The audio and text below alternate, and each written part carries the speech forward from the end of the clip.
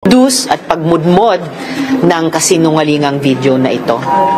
Sir, meron na po ba kayong huling information, update about po dun sa whereabouts ni Michael Morillo? Wala pa ring firm updates about that dahil pagkatapos nung kanyang mga huling mensahe sa opisina ko noon lamang June 22 at 23 nitong 2025. 22, 23, nitong 2025, isang linggo lang. 1 week lang, mga bossing.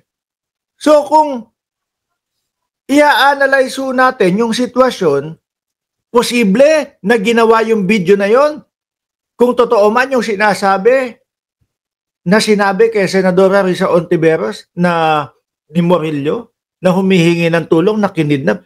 Ibig sabihin, mga kababayan, kung i-analyze natin, ginawa yung video na yon na nandun siya sa KOJC. At sinasabi niya, kinidnap siya, humihingi ng tulong kay Senadora Risa Hontiveros. Tama ho ba ako? Oh. Imagine, just a little more than a week ago, naghuhumingi ng rescue dahil siya daw ay kinidnap ng KOJC at siya daw ay dun dinadakip sa Glory Mountain. Hanggang ngayon at nung finoward namin agad sa PNP yung mga So, ibig sabihin, kung pagbabasihan natin yung sinasabi, pinwersa, pinilit, na mag-video yung Michael, tapos sabihin, binayaran ako ni Risa Hontiveros. Maaari po. Ano? messages na iyon at agad din nilang kinikilusan. Kaya lang, habang kinikilusan na yung kanyang mga mensahe noon, ay lumabas na itong video. Take note din pala, no, yung nirereklamo kong, pinaiimbestigang fake news channel. Oy, hindi po Mark Ramos yun. Baka ako yan, ha? Madam Senator, hindi po kami yun. Ngangalang Pagtanggol Valiente. Bagong-bago po yan.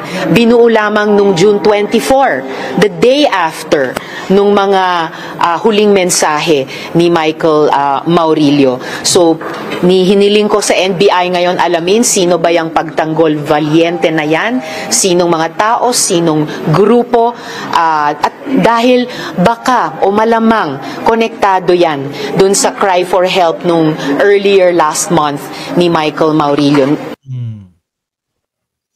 Kasi po ganun yung ganun po yung dating sa akin, mga kababayan. Sa pag-a-analyze po natin, mga bossing, June 22, 23, humihingi ng saklolo. Kasi kinidnap, nasa hawak ng mga KOJC. Base po yan kay Senadora Risa Hontiveros. Ano po? Tapos, ilang araw lang ang lumipas, lumabas yung video na sinasabi na binayaran siya ni Risa Hontiveros. Ano ho? Pag in-analyze natin yan, ibig sabihin, nasa poder siya ng KOJC at sinasabi niyang kinidnap siya. So ano iisipin natin ho yan, mga bossing? Pinilit siya na gumawa ng video. Baliktarin. Di ho ba? Baliktarin at sabihin, binayaran ka ni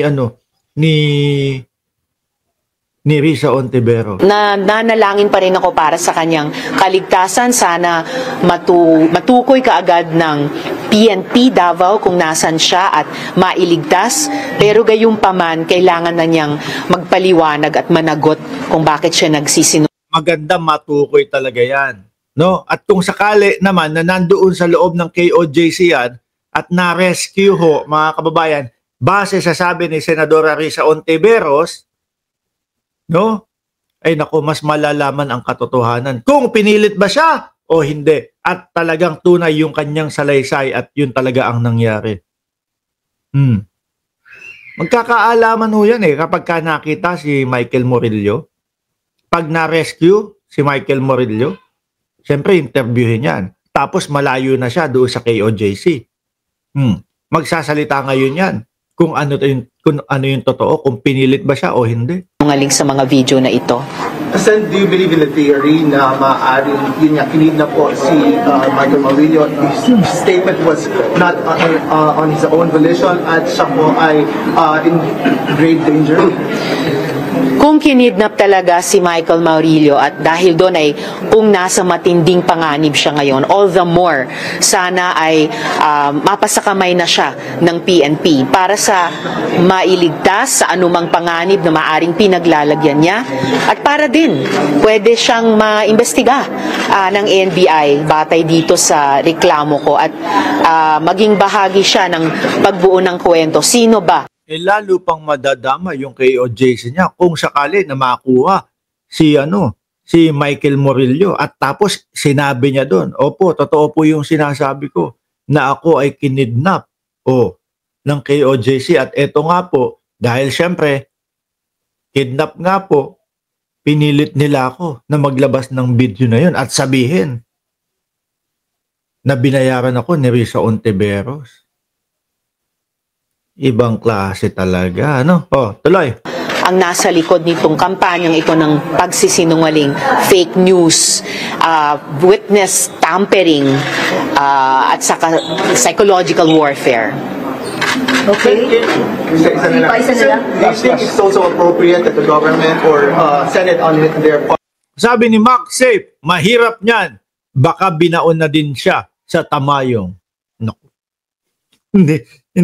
Parang hindi na makapagsalita. Gumawa po ng action para ma-rescue nga po ito kasi parang it's like danger. Well, ang Senado, dahil kami po ay legislative body, hindi po namin mandato o kakayahan mag-rescue ng mga kababayan nating nasa panganib. Kaya nga po yung mga huling mensahe yon ni Michael Maurilio sa PNP Davao namin agad ibinigay para kanilang ma-actionan. At hanggang ngayon, inaasahan kong ma-actionan nila ang sitwasyon, kung ano man yon ni Michael Maurilio, at para mas mapalalim pa yung hiniling kong investigasyon ng NBI sa reklamong ito. Ayun. Base po mga kababayan, kay Senadora Risa Ontiveros, eto daw po na mga nakasuhan, ayan, yung 12, madadagdagan pa kung sakali. At mukhang meron pang iyahain na criminal case mga bossing. At ang masaklap dito yung si Michael Murillo humihingi ng saklolo sa kanila ho. Tapos nung sinasabi na kinidnap siya, mga ilang araw lang lumabas na yung video. Yun ang iniisip ko doon mga bossing. Baka po, pinwersa, pinilit na gumawa ng video upang sa ganon mabaliktad si Risa Ontiveros. Ngayon po, pumunta na po tayo sa main topic natin mga kababayan.